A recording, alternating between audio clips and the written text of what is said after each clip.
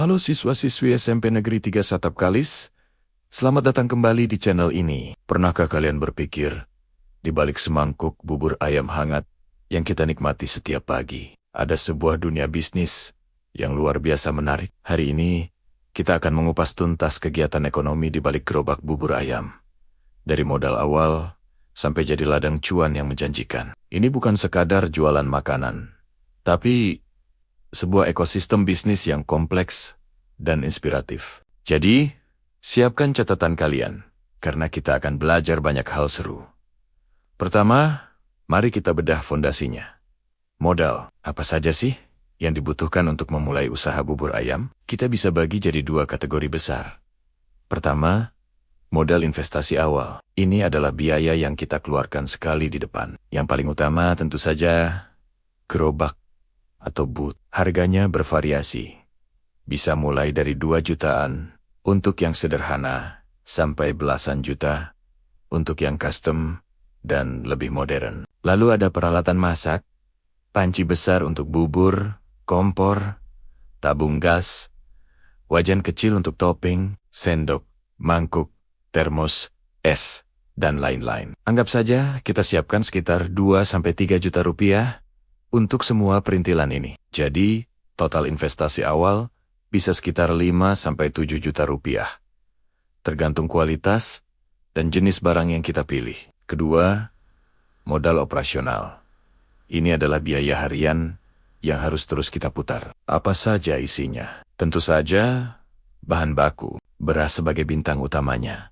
Lalu ayam untuk kaldu dan suiran. Kacang kedelai, cakwe, seledri, bawang goreng, kecap asin, kecap manis, sambal, dan kerupuk. Biaya bahan baku ini sangat fluktuatif, tergantung harga pasar. Untuk sekitar 50 porsi, mungkin kita butuh modal bahan sekitar 300-400 ribu rupiah per hari. Jangan lupakan biaya sewa lokasi, jika kita mangkal di tempat strategis, serta biaya transportasi untuk belanja dan menuju lokasi jualan. Sekarang, kita masuk ke proses produksi. Ini adalah jantung dari usaha bubur ayam. Prosesnya dimulai dari subuh, bahkan dini hari. Pertama, memasak bubur. Kuncinya adalah mendapatkan tekstur yang pas. Tidak terlalu kental, dan tidak terlalu encer. Sambil bubur dimasak, kita siapkan kuah kaldu kuning yang gurih. Rahasianya ada pada bumbu rempah yang medok, dan direbus bersama tulang ayam dalam waktu yang lama. Selanjutnya, merebus atau mengungkep ayam. Lalu digoreng sebentar sebelum disuit. Topping lain seperti cakwe, kacang kedelai goreng, dan irisan seledri juga harus disiapkan dengan fresh. Proses ini butuh manajemen waktu yang sangat baik agar semua siap tepat waktu sebelum pelanggan pertama datang. Kualitas dan konsistensi rasa adalah segalanya di tahap ini. Setelah semua siap, saatnya distribusi dan pemasaran, alias jualan. Kebanyakan penjual bubur ayam menggunakan model penjualan langsung. Mereka mangkal di lokasi-lokasi strategis, seperti pinggir jalan raya, area perkantoran, komplek perumahan, atau dekat pasar. Kenapa lokasi itu penting? Karena bubur ayam adalah menu sarapan impulsif. Orang lihat gerobak, tergoda, lalu mampir. Jadi, visibilitas adalah kunci. Selain jualan langsung, sekarang banyak juga yang memanfaatkan platform online food delivery. Ini membuka pasar baru dan menjangkau pelanggan yang belki tidak melewati rute jualan kita. Pemasaran dari mulut ke mulut juga sangat kuat. Kalau bubur kita enak, pelanggan akan cerita ke teman-temannya. Inilah marketing gratis paling efektif. Tibalah kita di bagian yang paling ditunggu-tunggu.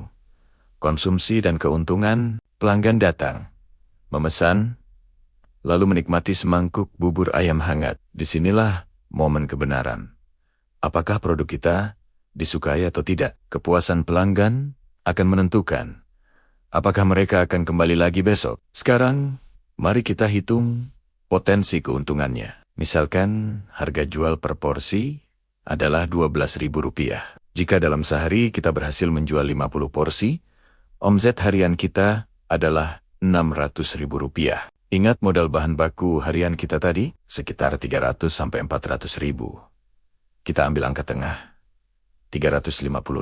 Berarti, keuntungan kotor per hari adalah 600.000 dikurangi 350.000, yaitu 250.000 rupiah. Tentu ini belum dipotong biaya lain seperti gas, transport, atau sewa lapak jika ada. Anggaplah biaya lain-lain 50.000 per hari, maka keuntungan bersih kita sekitar 200.000 rupiah per hari. Jika kita konsisten jualan selama 25 hari dalam sebulan, potensi pendapatan bersih kita adalah 200.000 dikali 25, yaitu 5 juta rupiah per bulan. Wow, angka yang sangat lumayan dari sebuah gerobak bubur ayam, bukan? Angka ini bisa lebih besar lagi kalau porsi yang terjual lebih banyak. Atau kita punya nilai jual unik yang membuat harga jual kita bisa lebih tinggi. Dari analisis tadi, kita bisa melihat bahwa usaha bubur ayam ini bukan sekadar aktivitas masak dan jual. Di dalamnya ada manajemen modal, strategi produksi, pemilihan lokasi, pemasaran, sampai manajemen keuntungan. Ini adalah sebuah siklus ekonomi mikro yang lengkap. Setiap elemen saling terkait. Modal yang baik omogu, bahan baku berkualitas, produksi yang efisien, menghasilkan rasa yang konsisten, lokasi strategis, dan pemasaran yang baik, meningkatkan penjualan, dan penjualan yang tinggi, menghasilkan keuntungan untuk diputar kembali menjadi modal. Apa tantangannya? Tentu ada. Pertama, persaingan. Penjual bubur ayam ada di mana-mana. Kita harus punya diferensiasi, entah dari rasa yang lebih unik, topping yang lebih melimpah, pelayanan yang super ramah, atau kebersihan yang terjaga. Kedua, kenaikan harga bahan baku. Ini bisa menggerus margin keuntungan. Makanya, penting untuk punya supplier langganan yang bisa memberikan harga bagus. Ketiga, faktor cuaca. Kalau hujan deras, pembeli pasti akan berkurang. Terakhir, stamina. Jualan dari subuh sampai siang, itu butuh fisik yang prima.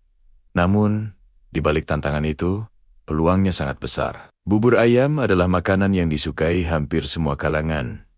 Dari anak-anak sampai orang tua, pasarnya sangat luas. Dengan inovasi, kita bisa mengembangkan usaha ini. Misalnya, menawarkan varian topping modern seperti telur omega 3, abon premium, atau bahkan topping keju mozzarella. Kita juga bisa membuka cabang atau sistem waralaba jika brand kita sudah kuat. Bayangkan, dari satu gerobak bisa menjadi sebuah kerajaan bisnis kuliner. Banyak kisah sukses pengusaha bubur ayam yang omsetnya mencapai puluhan, bahkan ratusan juta per bulan. Semua dimulai dari langkah kecil yang konsisten. Jadi, kesimpulannya, kegiatan ekonomi di balik semangkuk bubur ayam adalah cerminan dari prinsip dasar bisnis.